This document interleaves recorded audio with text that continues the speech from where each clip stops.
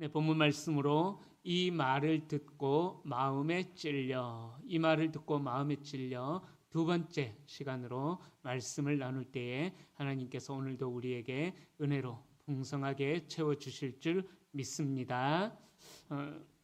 사람들은 누구나 듣고 싶어 하는 말이 있죠.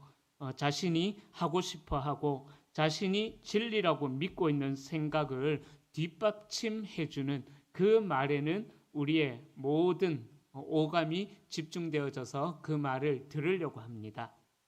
예를 들자면 사입이나 이단에 빠진 사람들이 그렇습니다. 대부분 그렇습니다. 그렇게 이 사입이나 이단에 빠진 사람들은 자기가 진리라고 생각하면은 거기에 꽂혀버려 가지고요. 정말 들어야 될 진리에는 귀를 막아버리고 듣지를 않는 그런 일들이 일어납니다. 진실에는 귀를 막아버립니다. 바로 자기 중심성, 제가 여러 번 반복했던 단어죠. 자기 중심성에 갇혀가지고 사람들은 정말 들어야 될 진리를 듣지 않고 자기의 말들을 오히려 더 강조하려는 그런 모습들을 보입니다. 자, 그런데요, 참 아이러니하게도요, 우리를 살리고 우리를 회복시키시는 말은요, 대부분 다 불편한 말들이다라는 거예요. 오늘 새벽에도 잠시 이야기를 했었는데, 우리 옛말에도 몸에 좋은 약은 쓸까요? 쓰죠, 그죠? 몸에 좋은 약은 쓰다라는 말처럼 우리를 살리는, 또 우리를 풍성하게 하는 영양분이 되는 진리의 말씀들은 우리로 하여금 때로는 불편하게 한다라는 거예요. 우리가 지난주에도 살펴봤고 오늘 말씀에도 살펴보는 것처럼 진리가 선포되어질 때에 그 진리는 우리의 마음을 찌른다라는 거예요. 왜? 찔림을 받아야지 일단 반응이 일어나기 때문입니다. 제가 지난주에 말씀드렸는데 교통사고가 나면은 소방 구조대가 제일 먼저 확인하는 게 그 사람에게 감각이 있느냐 없느냐부터 먼저 확인을 한다고 합니다. 감각이 없으면은 심각한 장애를 입게 되는 것이고, 고통일지라도 감각이 있다면은 그나마 회복의 치료의 가능성이 있다라는 것이죠. 마찬가지로 우리가 건강 검진을 받으러 가면은 저도 2년마다 한 번씩 국가 검진을 받으러 가는데 하는 동안은 모르겠지만 일단은 검사 결과를 확인하러 갈 때는 왠지 건강한데도 아무 문제가 없는데도 왠지 불안한 마음, 혹시나 뭔가가 또 다른 잘못된 게 나오지 않을까, 그런 마음을 가지고 가거든요. 자, 그렇게 의사의 진단이 달콤하지 않듯이 하나님의 말씀도요, 때로는 우리로 하여금 불편함으로 이끈다라는 사실입니다. 자, 우리 성도님들은 어떤 말을 들었을 때에 여러분들의 마음이 찔림을 받으십니까? 정말 어떤 말씀을 들었을 때에 그 말씀이 내 마음을 꿰뚫는 것처럼 느껴지고 또 내 죄악이 밝혀지는 것처럼 그렇게 들려져서 내 얼굴이 붉어지고, 그로 인하여서 정말 가슴 아파하며 하나님의 말씀 앞에 애통해하며 눈물을 흘려 그런 경험이 있으십니까? 아마 한 번쯤은 다 있으실 것입니다. 말씀 앞에 찔림을 받아가지고 하나님 앞에 회개의 눈물을 흘렸던 경험은 있으실 것입니다. 그렇다면은 그래도 양심이 살아있다라는 증거가 되겠죠. 하지만 오늘 본문에서는 같은 복음을 들었지만 완전히 상반된 반응, 완전히 전혀 다른 반응을 보이는 사람들이 나옵니다. 지난주에 첫 번째 시간으로 사도행전 2장의 베드로의 설교를 듣고 반응을 보였던 사람들에 대해서 말씀을 나눴습니다. 기억하십니까? 사람들이 이 말을 듣고 마음에 찔려 사도들에게 형제야 우리가 어찌할꼬? 사도행전 2장에서는 우리가 어찌해야 되느냐, 하나님의 말씀이 우리에게 들려졌을 때에 회개의 반응으로 나타났었습니다. 그들은 복음 앞에서 진리를 그들은 자기들이 경험해왔고 생활하면서 자기에게 익숙하게 여겨졌던, 그래서 진리로 알고 있으며 진리로 지켜왔던 모든 것들이 베드로의 복음 앞에 완전히 무너지게 되는 그러한 경험들을 했습니다. 그런데요, 베드로가 설교하고 그들은 찔림을 받고 무너짐을 경험했지만 그 무너짐은 멸망으로 가는 것이 아니라 새로운 공동체의 탄생, 세상이 이해할 수 없는 너무나 아름다운, 각자의 물건을 팔아가지고, 재산을 팔아가지고 주변의 어려운 이웃들, 가난한 자와 고아와 과부들을 살리는 그 일에 집중하는, 정말 세상의 관념으로는 도저히 이해가 되어지지 않는 너무나도 아름다운 공동체가 말씀을 듣고 찔림을 받은 자들을 통하여서 새롭게 생명을 나누는 공동체가 탄생되어졌다라는 것입니다. 자, 그렇게 생겨난 공동체에 대하여서 현대 복음주의의 신학의 거장으로 불리는 톰 라이트 목사님은요, 새로운 사회의 탄생이다라고 그렇게 정의를 내렸습니다. 또한 20세기 최고의 설교자로 평가받고 있는 마틴 로이드 존스 목사님은 그 사건을 두고 이렇게 이야기합니다. 성령님의 임재는 감정의 흥분이 아니라, 잘 들어보세요, 성령님의 임재는 감정의 흥분이 아니라 죄의 통회이며 그리스도의 주권 앞에 항복하는 마음의 찔림이다. 그리스도의 주권 앞에 항복하는 마음의 찔림이다라고 마틴 로이드 존스 목사님은 그렇게 표현을 합니다. 그러면서 목사님은 이어서 계속 이렇게 이야기합니다. 이때부터 교회는 단순한 모임이 아니라 새 생명의 공동체로 탄생하기 시작했다라고 말씀합니다. 그러니까 초대교회 회개는 단순히 감정의 회개가 아니라 그냥 감정적인 눈물을 흘렸던 것이 아니라 그들의 삶을 바꾸는 찔림, 그들의 삶의 변화를 일으키는 찔림이었다라는 것입니다. 그들은 그래서 세상과는 단절하고 예수 그리스도의 말씀, 예수 그리스도의 복음을 실천하기 위하여서 그들은 모였고, 어떻게 하면 우리가 복음을 살아낼 수 있을까? 정말 종교개혁의 계절을 맞이하여서 우리가 생각해 보아야 될 문제가 이런 문제예요. 하나님의 말씀이 우리에게 이렇게 선포하고 있는데 우리는 어떻게 살아야 될까? 그러한 고민들이 이 초대교회 공동체 속에 일어났다라는 사실입니다. 우리 교회도 그런 일들이 일어났으면 좋겠습니다. 하나님의 말씀이 선포되어질 때에 그냥 이쪽에서 들어왔다가 이쪽으로 흘러나가 버리는 것이 아니라 이 말씀을 듣고 내가 사람들을 불러 모으는 거예요. 이 말씀이 이렇게 우리에게 이야기하고 있는데 우리가 어떻게 살아야 되겠습니까? 우리가 한번 토의를 해봅시다. 베레아 성도들처럼 하나님의 말씀을 묵상하고 우리가 말씀을 어떻게 한번 살아낼 수 있을까 고민하는 그런 공동체가, 그들이 이 말을 듣고 마음에 찔려 회개의 자리로 나아간 그 성도들을 통해서 일어났다라는 사실입니다. 사랑하는 성도님들, 성령님이 임하시고 말씀의 찔림을 받았던 그 사람들은요, 더 이상 자기의 어떠한 이익을 추구하지 않았다라는 거예요.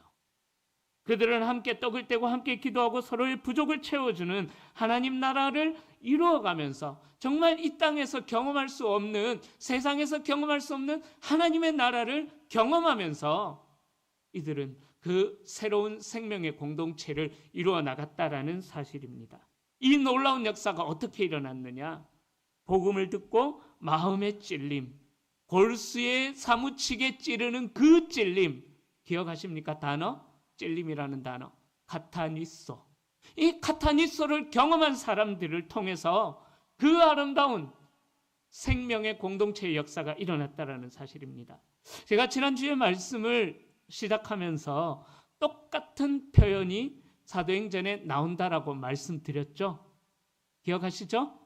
한번 찾아보실 분은 찾아보셔서 미리 말씀을 묵상해 보시고 오시면 좋겠다라고 말씀을 드렸는데 혹시 찾아보신 분 계실까요? 한 분도 안 계세요?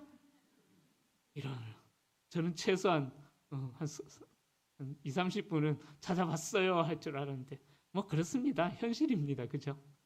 제가 주일 오후에 성경 읽어지내로 말씀을 가르치고 있는데 시간이 제가 조금 빨리 정해진 시간 안에 끝내려고 하다 보니까는 함께 읽어야 될 부분을 그냥 넘어가기도 합니다. 그래서 집에 가시면은 꼭 읽어오세요라고 부탁을 드립니다. 그러면 네 하고 대답합니다.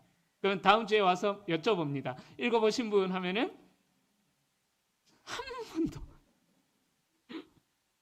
네, 그렇습니다. 자, 지난주에 제가 이 표현이 어디에 나오는가 한번 찾아보시라고 말씀드렸는데 오늘 본문에 지난주와 같은 표현이 똑같이 나오죠.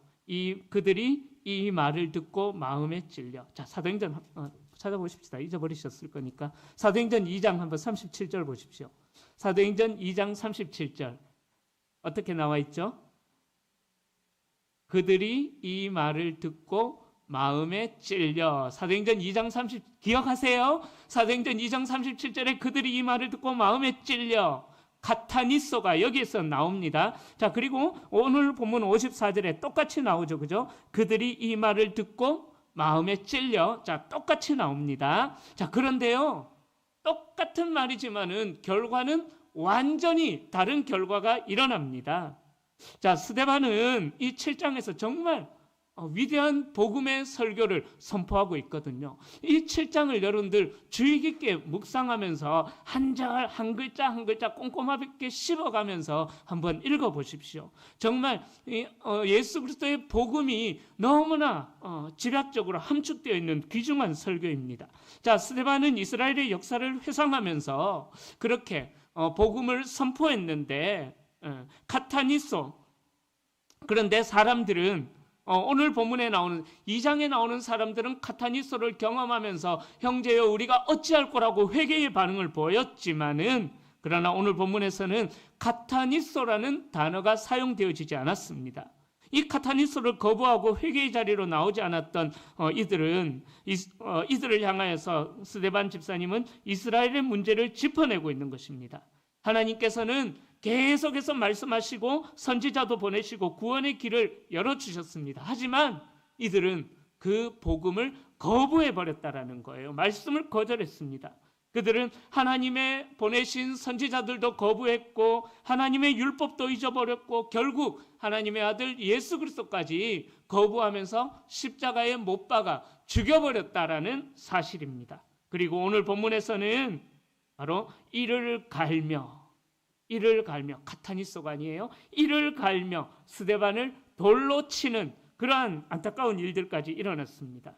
같은 복음인데 어떤 사람들은 회개하지만 어떤 사람들은 분노한다라는 거예요. 이것이 복음의 신비입니다. 그리고 동시에 인간 마음이 얼마나 추악한지를 보여주는, 우리의 마음의 현실을 직시하도록 보여주는 말씀입니다. 그러기에 이 오늘 말씀을 통하여서 이 복음 앞에서 우리의 심령이 어떻게 반응하고 있는가, 정말 우리의 마음을 진실하게 돌아볼 수 있기를 소망합니다. 그리고 우리 공동체가 정말 어떻게 세워져 가야 되는가, 그 도전이 될 수 있기를 소망합니다. 이 복음은요, 우리의 심장, 우리의 마음의 어두운 곳을 드러낸다라는 것입니다. 자, 스데반은 공회 앞에서 이스라엘의 역사를 이야기합니다. 그는 단순히 역사를 요약한 것이 아니라 그들의 불순종의 역사를 영적인 거울로 비춰주고 있습니다. 51절 말씀, 이 51절 있지는 않았지만은요, 51절 말씀이 스데반 설교의 핵심 구절입니다. 우리 51절 말씀 함께 읽어보겠습니다. 목이 굳고 마음과 귀에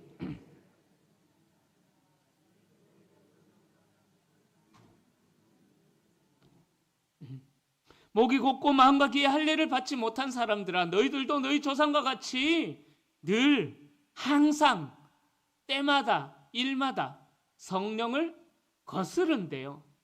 정말 그렇습니까? 우리가 안 거스르는 것 같죠. 그런데 우리의 마음 중심을 보면은 이 말씀이 우리의 삶을 직시하고 있다라는 것입니다. 이 말은 단지 비판이 아닙니다. 하나님 은혜 앞에 완고한 마음으로 반응하는 죄의 본질을 찌르는 복음의 칼이었습니다. 사람들은 스데반의 설교를 듣고 마음에 찔림을 받았다라고 54절에서 말씀합니다. 그런데 지난주와 똑같이 찔려라는 단어가 개역 개정 한글 성경에는 똑같이 사용이 되어졌지만 원어는 다른 단어를 사용하고 있어요. 지난주에 살펴본 2장 37절에 찔려라는 단어는 어떤 단어요? 카타니소가 사용이 되어졌습니다. 그런데 골수에 사무치게 찌르다라는 의미가 있는데 오늘 본문 54절에 나오는 찔려라는 단어는요, 디아프리오라는 단어가 사용되어졌어요. 디아프리오. 자, 이 디아프리오라는 단어는 크게 노하다, 톱질하듯이 마음이 갈라지도록 분노했다, 이런 의미가 있습니다. 똑같은 찔림인데 다른 단어가 사용된 거예요. 스데반이 선포한 복음 역시 베드로가 선포한 복음처럼 그들의 마음을 파고들고 그들의 마음을 찔렀습니다. 그러나 그들은 찔림을 카타니소의 회개로 받아들였던 것이 아니라 어떤 반응이에요? 디아프리오의 반응, 노하였다, 분노하였다, 톱질하던 마음이 그렇게 분노가 일어났다, 갈라졌다라고 반응하고 있는 것입니다. 그 결과가 어떻게 됩니까? 톱질하던 마음이 갈라졌으니까 당연히 이들의 어금니가 갈리기 시작하는 거죠. 뿌득뿌득. 그죠? 이를 갈거늘. 두렵지 않으십니까? 복음이 선포되어졌는데요, 복음이 카타니소가 되는 것이 아니라 디아프리오가 되어버려가지고 저 인간을 내가 한번 어떻게 해보자, 이를 갈 그런 일이 일어났다라는 거예요. 자, 그런데 이를 갈거늘, 이 표현이 어디에 사용되었는지 신약 성경에 보면은요, 너무나 두려운 말씀으로 이를 갈거늘이라는 이 단어가 사용이 되어졌어요. 언제 사용되어졌냐 하면은요, 오직 지옥의 고통과 관련해서 이 이를 갈거늘이라는 이 단어가 사용되어졌습니다. 마태복음 8장 12절에 보면은 바깥 어두운 데서 쫓겨나 슬피 울며 이를 갈거늘, 그때 이 표현이 사용되어졌어요. 또 마태복음 13장 42절이나 22장 13절이나 누가복음 13장 28절에도 그 지옥의 상황을 이야기할 때 바깥 어두운 데서 슬피 울며 이를 갈거늘, 동일한 표현으로 사용이 되어졌습니다. 말씀 앞에 보이는 반응이 너무나 두려운 거예요. 저도 너무나 두려웠습니다. 말씀을 준비하면서 이 표현이 이럴 때 사용이 되어졌었구나라는 것을 알게 되니까는요, 온몸에 막 전율이 일어나더라고요. 두려움의 전율이 일어나더라고요. 그런 성도님들, 우리의 반응은 어떻습니까? 복음을 듣고 회개로 나아가는 것이 아니라 이를 갈면서 복음의 증인을 찾아서 죽이려고 하는, 스데반을 죽이려고 하는 그런 파괴로 우리가 나아가는 것은 아닐까요?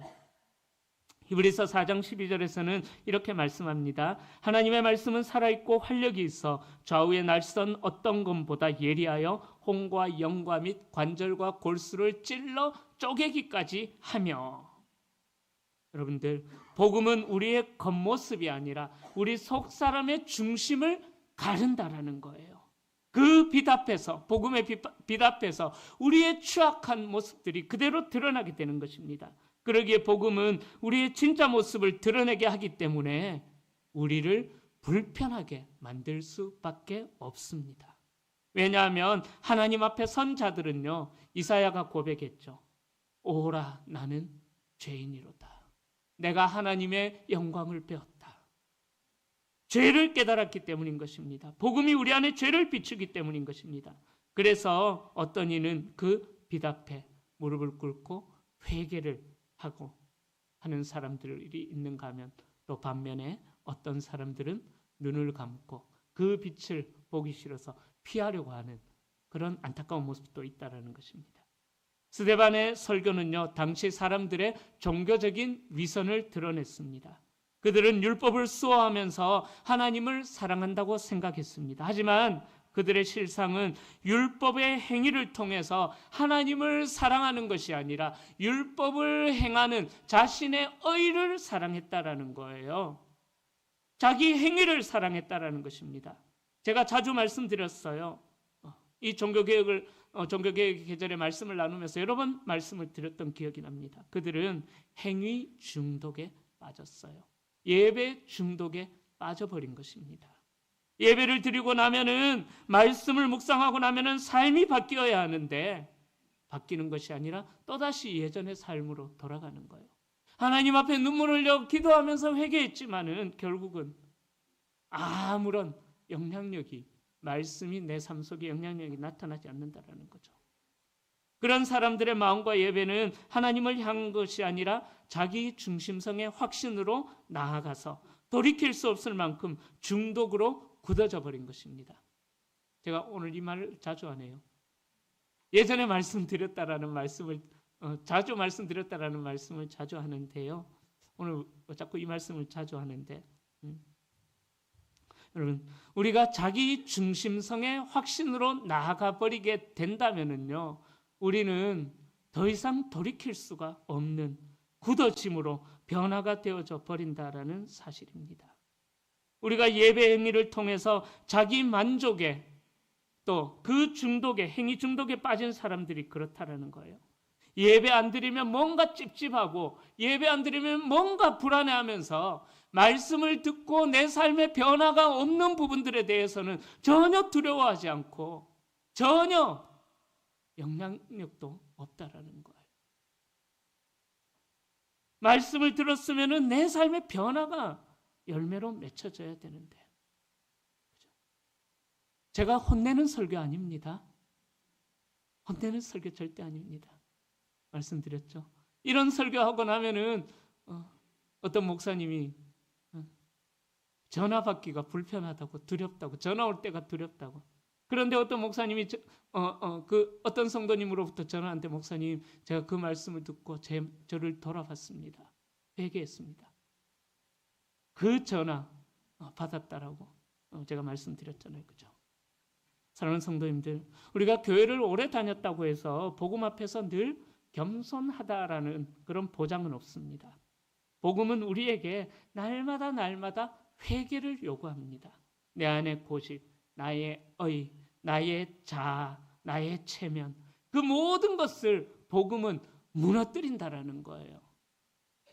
그래서 사도행전 2장에 나오는 사람들은 무너짐을 경험하고 나서 우리가 어떻게 해야 됩니까? 라고 카타니소의 반응을 보였지만은, 그러나 자아가 무너지지 않은 사람들, 말씀 앞에 끝까지 체면과 자아와 나의 의를 고집하는 사람들은 디아프리오의 반응으로 이를 가는 반응이 나타나게 됩니다. 사랑하는 성도님들, 이 말씀의 빛이, 이 말씀의 빛을 통하여서 우리의 마음이 어디를 향하고 있는가? 이 말씀의 빛이 우리에게 비춰질 때 내 마음이 정말 어디로 향하고 있는가? 정말 심각하게 한번 돌아보십시오. 우리 성도님들은 과연 어떠십니까?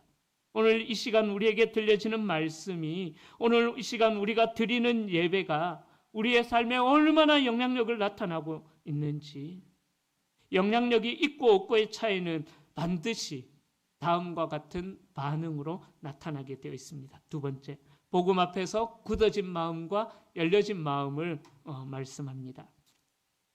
자, 54절 이후에 사람들의 반응은 폭력적으로 터져나옵니다. 54절에 그들은 이를 갈며, 57절에 소리를 지르고 듣기 싫다고 귀를 막고 스데반을 성 밖으로 끌어냅니다.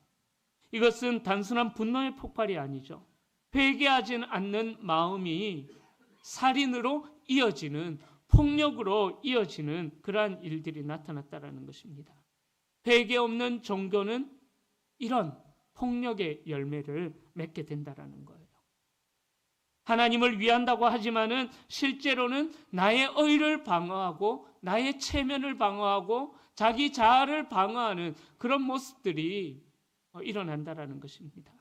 복음 앞에서 굳어진 마음은 그런 결과를 맺게 된다는 거죠. 예수님께서 공생의 사역 중에 이 땅에서 하나님 나라의 왕권을 하나하나 회복해 나가시는 동안 당시 기득권으로 자리 잡고 있었던 종교 지도자들의 반응은 하나같이 똑같습니다. 어떤 반응을 보입니까? 예수를 죽이기 위하여 마음을 모으는 거예요.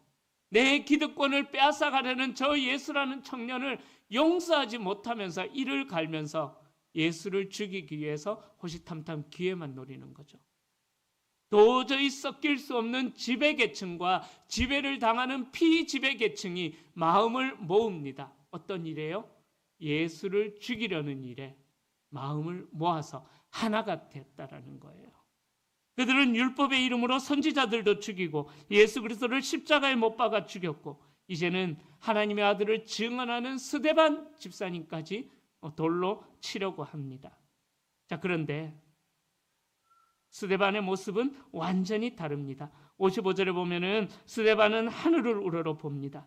그곳에 하나님의 영광과 예수께서 보좌 우편에 서신 것을 보았다라고 이야기합니다. 스데반의 마음은 땅이 아니라 하늘을 향했다라는 거예요. 그는 돌이 날아오는데도 어떻게 기도합니까? 주여, 저들의 죄를 저들에게 돌리지 마옵소서. 주여, 저들의 죄를 저들에게 돌리지 마옵소서. 누가 이 기도를 하셨어요? 예수님이 십자가상에서 그 기도를 하셨지 않습니까? 아버지여, 저들이 하는 짓을 저들이 모릅니다. 저들을 사하여 주옵소서. 스데반은 그 예수 그리스도의 마지막 기도를 자기의 마지막 호흡으로 이어가고 있습니다. 라는 성도님들, 복음의 능력이 낳은 결과는 과연 무엇입니까? 복음이 마음을 찌를 때 굳은 마음은 폭력을 낳지만 회개의 반응은 새로운 생명을 낳게 됩니다. 우리 성도님들은 하나님의 말씀 앞에서 과연 어떤 열매를 맺어가고 있습니까? 스데반은 그렇게 무릎을 꿇고 자기를 죽이는 사람들을 위하여 기도하며 잠들었다라고 그렇게 표현하고 있습니다. 그런데 이 장면 이해되세요? 당시 돌로 칠 때 그 돌의 크기는요, 그냥 주먹만한 돌이 아닙니다. 사람의 이 머리만한 돌입니다. 그러니까 던지는 게 아니라 그냥 찍는 거예요. 자, 그런 상황에서, 그런 돌이 나를 찍는 상황에서 잠이 들었다라는 이 표현 이해가 되어지십니까? 얼마나 고통스럽겠습니까? 그런데 성경은 스데반의 죽음을 죽음으로 표현하지 않고 잠들었다라고 그렇게 표현하고 있습니다. 스데반을 향해 돌을 던진 사람들은 그들이 하나님의 뜻을 지키고 있다라고 스스로 믿었습니다. 그러나 스데반은 돌을 맞으면서도 성령을 거스르는 그 사람들을 용서해 달라고 하나님 앞에 기도하고 하나님의 뜻을 따라서 눈을 감고 또 하늘이 열리고 주님의 얼굴을 배우는 은혜를 누렸다라는 것입니다. 사랑하는 성도님들, 이 스데반의 놀라운 마지막 모습을 보면서 어떤 생각이 드십니까? 사랑하는 성도님들, 복음은 언제나 우리를 찔러요. 그런데 그 찔림은 불편함으로 느껴질 수도 있고 은혜로 다가올 수도 있습니다. 찔림 앞에서 우리가 어떻게 반응하느냐, 그 반응의 결과는 완전히 정반대의 결과가 되는 것입니다. 찔림을 회개로 바꿀 것인가, 아니면 분노로 덮을 것인가.